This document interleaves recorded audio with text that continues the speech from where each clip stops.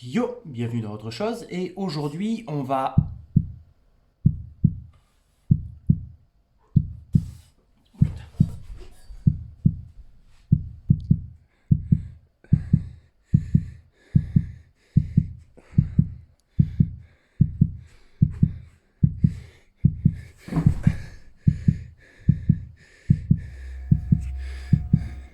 Oh.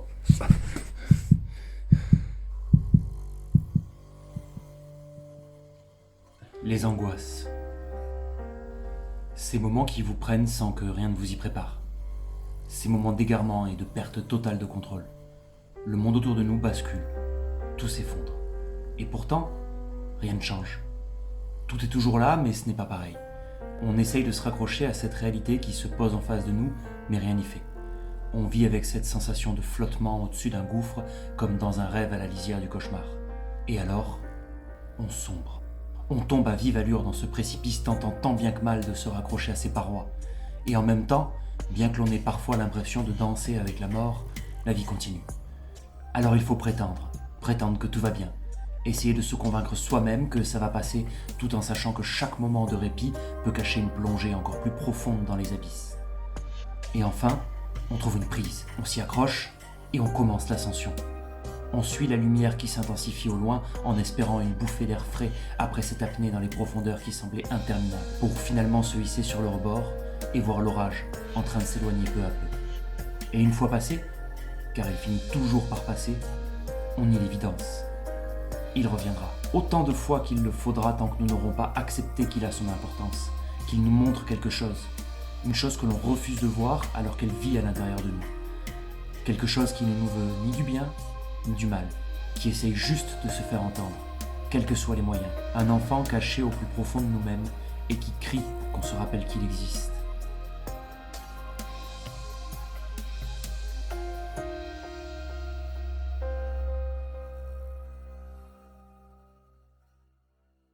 Yo, donc aujourd'hui, vous l'aurez compris, on va parler d'un sujet qui me tient particulièrement à cœur et ce sont les angoisses.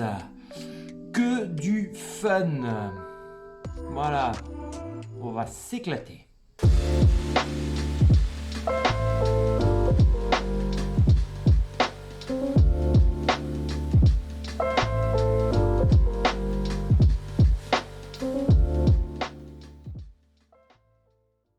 Alors la première fois où j'ai entendu parler des angoisses, j'avais 17 ans. J'étais au travail et tout d'un coup, j'ai senti comme des pointes qui me transperçaient depuis l'intérieur, partout dans le corps. J'en ai parlé à ma maître d'apprentissage de l'époque et elle m'a juste dit que c'était une crise d'angoisse et que ça allait passer. Et effectivement, c'est passé, tout simplement. Et pendant 3 ans à peu près, j'en ai plus entendu parler. Et à 20 ans, j'ai fait ma première vraie crise d'angoisse.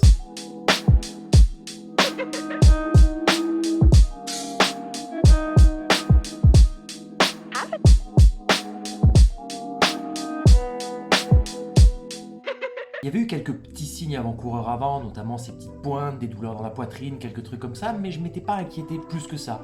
Ça m'avait mis la puce à l'oreille, mais rien de plus. Et un soir, j'étais chez moi, et tout d'un coup, j'ai senti une montée. Comme si j'avais pris un hallucinogène type LSD. Alors oui, hein, j'ai été ado, et oui, j'ai fait mes expériences, et non, je n'ai pas continué parce que je me suis très vite aperçu que la vie que je voulais était très loin de ça. Mais passons. Rapidement, je me suis dit, putain, je fais une attaque, qui s'est rapidement transformée en bordel, je vais crever. C'est là, maintenant, ça arrive là, c'est pour moi, c'est pour ma gueule là. Et la crise est passée. Voilà. Mais seulement la crise, parce que la peur et la certitude que quelque chose allait me tuer, ça c'est resté ça. Pendant des mois. Le tout ponctué de crises plus courtes mais tout aussi violentes. Et à partir de là, n'importe quelle anomalie que je découvrais sur moi ou que je pensais découvrir sur moi était sujet à de nouvelles inquiétudes, voire une nouvelle crise. Et j'ai flirté avec tout ça pendant à peu près 3 ans. Bon après, j'ai eu de la chance. J'avais un médecin généraliste qui était très compréhensif et qui m'a très vite cerné et qui du coup prenait vraiment le temps d'examiner tous les symptômes que je lui décrivais et de me rassurer à chaque fois. Mais le plus dur dans tout ça, c'était de vivre constamment avec la peur d'une nouvelle attaque et la perte de tous mes repères. C'était comme vivre avec cette même sensation de flottement, comme dans un rêve. Et je devais me rendre au travail, vivre avec mon entourage, tout ça, comme d'habitude. Sauf que chaque moment agréable que je passais, j'étais piqué par la pensée que quelque chose clochait chez moi et que je devais me concentrer dessus. Que je devais focaliser toute mon attention dessus. Et avoir peur, du coup. Et finalement, j'ai réussi à gérer tout ça. Mais on y reviendra dans la dernière partie de la vidéo. Et les 7 années qui ont suivi m'ont fait penser que tout était derrière moi. Il y a eu quelques crises plus courtes et plus faibles, mais j'étais déjà bien à fond dans l'amélioration de soi, j'avais pas mal d'exercices pour d'autres raisons qui étaient mis en place, et j'avais l'impression de pouvoir maintenir tout ça, de le contenir, de le gérer quoi.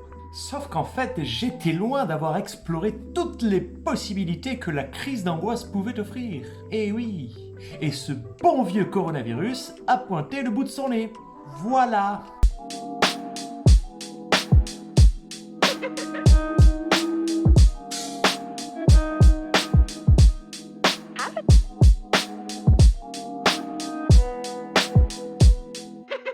Le confinement a commencé et là, ça a été la teuf. Les crises d'angoisse sont revenues, mais à un niveau que j'imaginais même pas.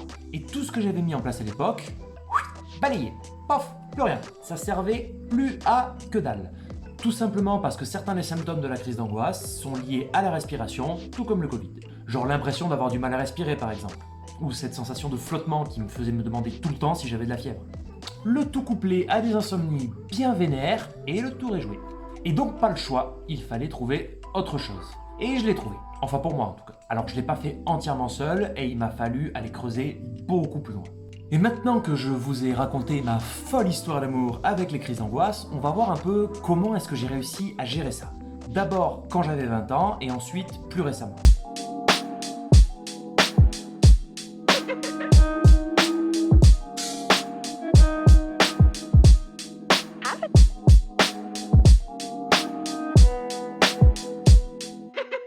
Lors de ma première session de crise, bien que j'étais dans le mal total, j'ai pris du temps pour observer ce qui se passait. Et j'ai remarqué quelques trucs. Notamment que tout s'organisait dans un espèce de cercle vicieux. Mes angoisses s'alimentaient elles-mêmes en fait. Et en gros, ce qui déclenchait mes crises, c'était plus la peur d'une nouvelle attaque que les syndromes physiques ou psychologiques auxquels la crise se raccrochait. En gros, le schéma c'était, je suis dans cette espèce de sensation de flottement. Et d'un coup, je sens les premières sensations d'une crise. Et là, instinctivement, je sais pas pourquoi, c'est automatique, je me mets à chercher qu'est-ce qui va mal chez moi. Qu'est-ce qui pourrait ne pas aller bien? Qu'est-ce qui pourrait provoquer ces sensations? Et là, pof, l'angoisse se raccroche à la première pensée qui se présente. Et le spectre est large, hein. Ça peut être un truc du genre je fais une attaque cardiaque, ou un truc plus banal comme ma copine me trompe. Mais cette première sensation qui précédait la crise, cette espèce de sueur froide qui remonte le long du dos, cette montée d'adrénaline, elle était toujours la même. Et c'est ce qui m'a permis d'apprendre à la reconnaître. Et ça m'a sorti de là. Dès que ça commençait à monter, je fermais mon esprit. J'essayais de ne penser à absolument rien. Alors la crise venait, mais au lieu de durer 15 à 30 minutes, elle pouvait être pliée en seulement 2. Et chaque nouvelle attaque ne me plongeait pas dans cet état de peur latente qui pouvait durer des mois. Au contraire, elle se faisait de plus en plus rare et de moins en moins fort. Et j'arrivais à sortir petit à petit de ce cercle vicieux qui avait duré des années. Alors il y a eu des moments plus durs que d'autres, mais passé cette époque-là, je pensais vraiment que tout ça, c'était derrière moi.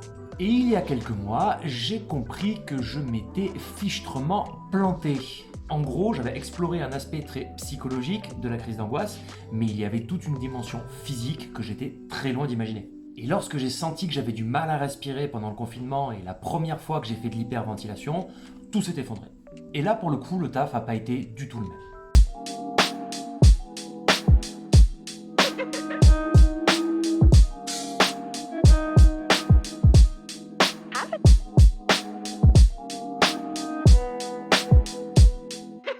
Et tout a commencé par un exercice que m'avait donné ma thérapeute à ce moment-là.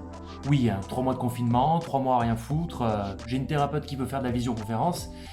Moi j'ai envie de dire, c'est le moment parfait. Je suis là, je suis dispo et j'ai rien d'autre à foutre. En gros, cet exercice, ça s'appelle de la cohérence cardiaque. De ce qu'elle m'a expliqué, ça part du principe que les crises d'angoisse peuvent être déclenchées par un manque de cohérence entre le cerveau et le cœur. Genre par exemple, le cœur va commencer à accélérer.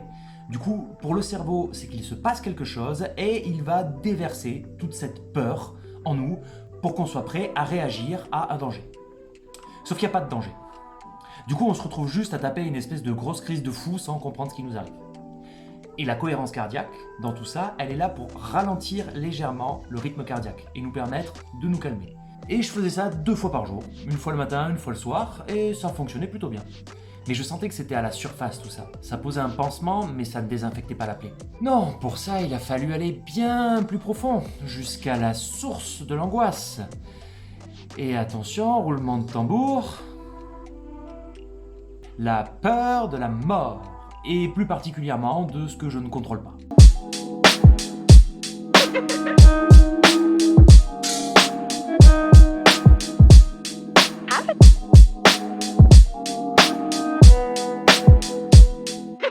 Alors oui, je pense qu'on a tous, d'une certaine façon, peur de mourir. Et c'est complètement normal.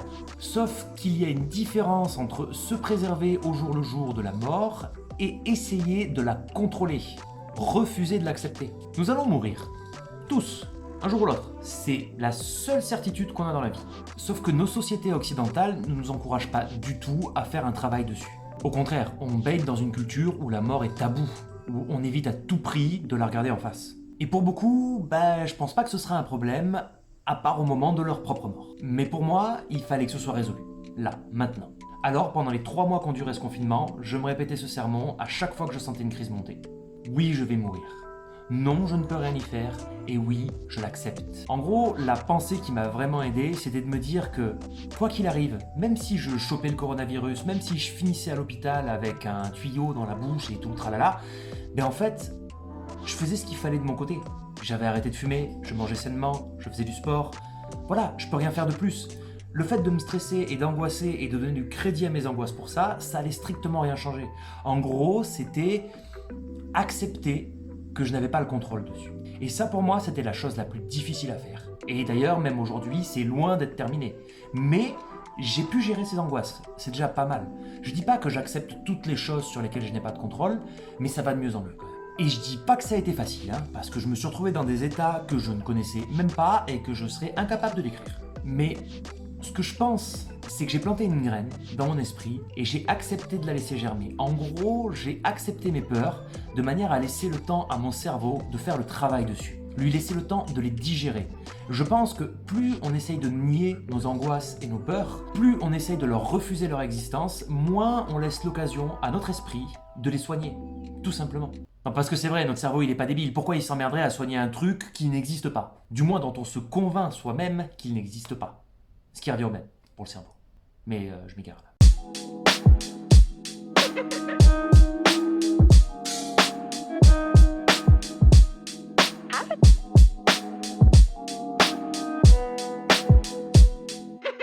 Donc si je récapitule, ce qui m'a vraiment aidé pendant mes crises d'angoisse, ça a été d'arriver à faire le vide dans un premier temps, d'arriver à bloquer mes pensées pour éviter que ces sensations de peur extrême s'accrochent à la première pensée néfaste qui se présente. Et pour ça, mais rien de mieux qu'une bonne petite séance de méditation tous les jours. Non, si sérieux, c'est vraiment la méditation qui m'a aidé à faire ça. Juste me poser tous les matins 10 minutes à essayer de faire le vide dans ma tête, c'était un exercice, c'était un sport. C'est comme si je m'entraînais tous les jours à taper un peu plus fort dans une balle de tennis. Et ensuite, donc la deuxième chose, mais ça on est plus sur un travail de longue haleine, quelque chose sur du long terme, ça a été de regarder ma peur en face et de l'accepter. D'accepter qu'elle est là, qu'elle fait partie de moi et que je ne pourrai rien faire dessus, aucun travail, tant que je ne la prendrai pas comme faisant partie de ma vie. Et voilà, c'est tout pour aujourd'hui. J'espère que vous avez pu tirer quelque chose de tout ça, parce que les angoisses c'est quand même un sacré morceau et en plus c'est très personnel. Chacun a ses propres peurs et chacun va avoir sa façon de les exprimer. Mais en tout cas, voilà mon histoire à moi. Je pense que certaines personnes s'y reconnaîtront. Si vous traversez les angoisses en ce moment, courage, mais à fond courage, vous inquiétez pas, ça va passer. Il y a un moment, ça passe toujours. Et il y a un truc qu'on m'a dit qui est quand même vachement bien. Personne n'est encore jamais mort d'une crise d'angoisse. Voilà. Plutôt rassurant, quand même. Et rappelez-vous d'un truc très important. Vous êtes pas seul. On est des millions dans le monde à traverser les crises d'angoisse. Ça existe. N'hésitez pas à en parler. Et sur ce, malgré la bonne humeur et le super sujet pour cette vidéo, je vous souhaite quand même une excellente journée et je vous dis à la prochaine vidéo. Ciao!